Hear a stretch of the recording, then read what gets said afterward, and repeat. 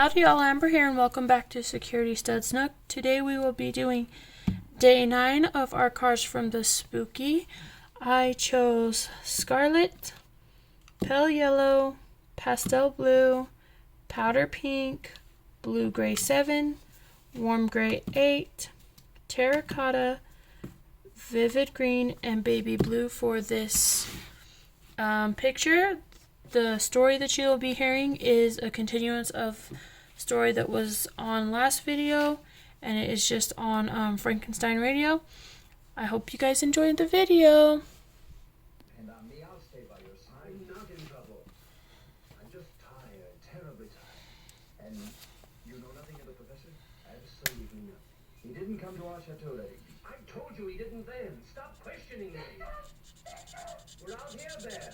I just had a horrible experience. Oh, darling, I'm so glad to see you. You're pale, Bear. Sit down right here next to me. Oh, what happened, Bear? I was walking in the woods not far from here when I looked up and saw a man. Sort of a man standing over me. Well, men are so bad. That is, if you happen to know the right ones. And you do. I'm not joshing, Henry. He wasn't exactly a man. He was twice the height of anyone I've ever seen. And his skin looked like dried parchment. It's incredible, but I think I've seen a monster. Monster? Yes, I ran away. He didn't follow me. He just stared after me, watching me. You do believe me, don't you? A monster stared after Oh, you? no, look! Henry! Victor! Through the trees, right out there! Look! There he is again!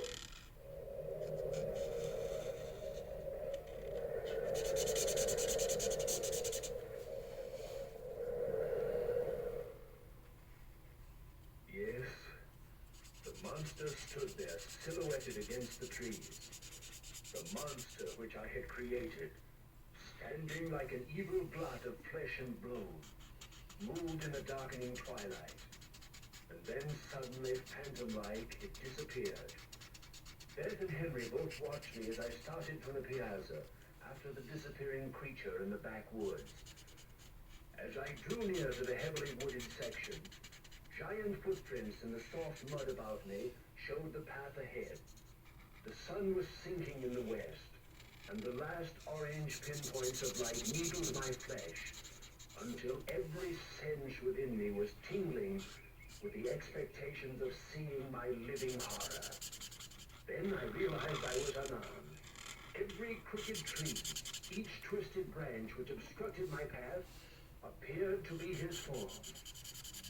I heard the crackling of a branch and the moving of a form on the velvet moss. I thought you'd come, Creator. You, Are you frightened, Creator? you dare talk to me. Please don't turn away from me. Please, Let me go. I mean no harm to you. Listen to me, Victor Frankenstein. You must listen to me. You created Okay, me. that looks like all of one, so let's move on to number 2, which is Pale Yellow. Nothing, murderer. Why am I a murderer? Because you created a form so horrible, a face so distorted, that no man can look upon me and call me friend. I'm an outcast. You can save me. Let me go. Not until you hear. Okay, that looks like all of 2, so let's go ahead and pull out 3, which is Pastel Blue. My arm. Let me go. I wandered through the streets of London that first day. Children screamed in the streets. People flocked together, trying to kill me. And I was lonely and hungry. How did you follow me here? Not so long ago, I returned to my birthplace, the laboratory, broke in and discovered your identity.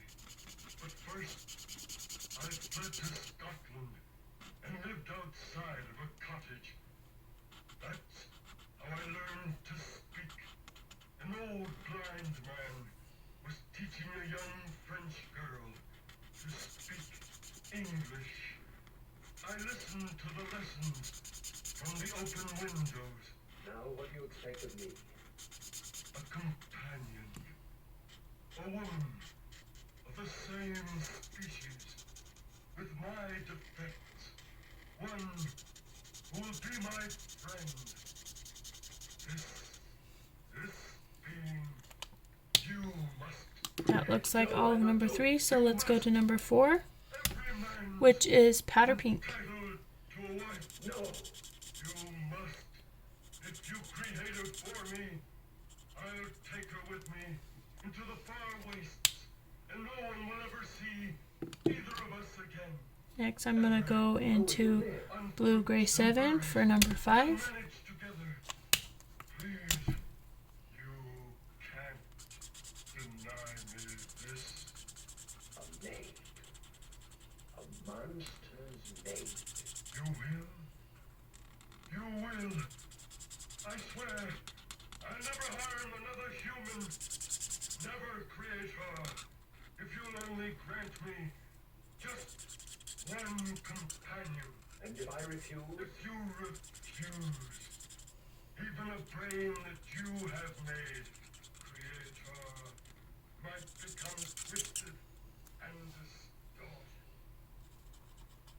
And so that night in the forest, I made a devil's bargain. I bargained to create a monster's mate, perhaps another murderer. How could I know? The monster swore to live in the forest and wait a year or 2 years if necessary. And upon completion of my work, he would take his companion away. But if I broke my promise, he swore revenge. And so I started work. I searched Paris for the necessary equipment. Built a shack in the woods about a mile away from our chalet. 3 months I worked, 3 solid months, shaping her who was to be his mate. And then one night, it was windy outside. I thought the wind had blown the door open when... Victor, I'm sorry, I had to disturb you. Is it Beth? No, not Beth. She's fine and send her love. It's the townspeople. Your activities have stirred up a lot of curiosity. Oh, but fools! Well, I can't blame them, especially after the rumors which have been going around. Rumors of the... Victor, you know what a monster is. You've known of them all along. People have seen him and connect him with you. Mothers in a village are frightened of their children. I know nothing. Yet I'm only trying to help you. I know nothing, I tell you. But the men have banded together. They're going to make a raid on you here. To burn your laboratory down. And to find the monster who lives in these woods. They can't. They mustn't. Oh, what devil's work are you carrying on, man? I'm trying to help you. Oh, Victor, will you please let your friends be your friends? Henry, go back to Beth and leave me alone. Beth is safe at home. You're in danger, and I will be your side this night like you. Then be prepared. Prepare for what? You've guessed many of the reasons for my secrecy. Then there is a monster. At school, I stumbled on the secret of life. I was trying to create a superior race. I was a fool and I created him instead. And he does live. Yes, he lives. Professor Walden. What happened to Professor Walden? The night I created the monster. Alright, that looks like all of 5, so let's go into number 6, which is Warm Gray 8. And then tore him to pieces in front of me. I couldn't stop him. The monster had killed before it had really begun to live. Then what? The monster left the basement through the side entrance, carrying the professor's corpse. I had no choice. I had to leave the country. Oh, what are you doing with that creature now? Fulfilling a promise. Follow me to my cabin and I'll show you. How soon do you think the townsfolk will be here? Oh, within 2 hours or so.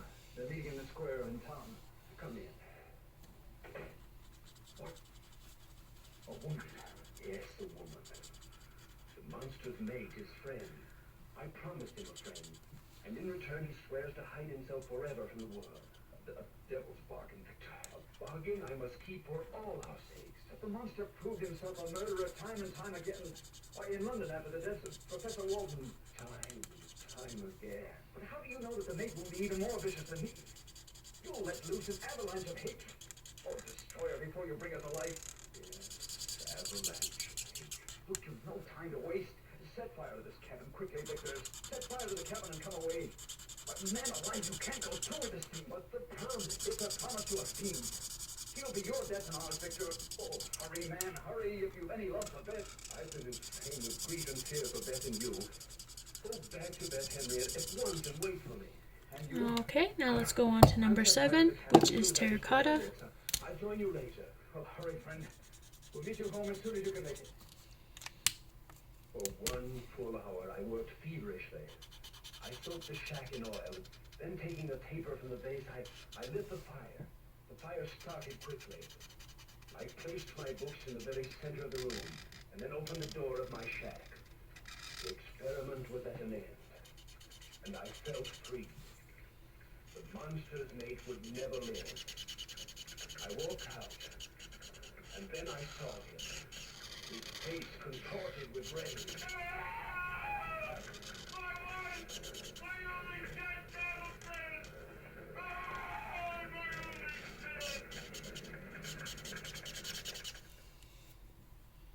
I knew then what was in his mind as he raced through the forest in front of me. The blazing shack was a beacon of light, and I saw his huge, misshapen form outdistantly, far outdistantly. Alright, now let's go to number 8, which is vivid green. Racing, running blindly through the forest, I reached my home. The door of my house was flung open. Henry, mutilated and torn, stumbled blindly toward me. Henry, what? I tried to lift her. Henry, you. Beth, I'm coming, darling, I'm coming. I'm coming upstairs. And now let's go to number 9.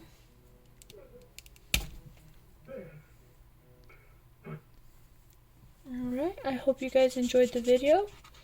And if you did, please like, comment, and subscribe. And if you subscribe, go ahead and hit the little notification bell so you can get a notification each time I upload a new video. And always remember, be wild, be bold, be crazy, be you, because those who mind don't matter, and those who matter don't mind. Until next time, bye guys!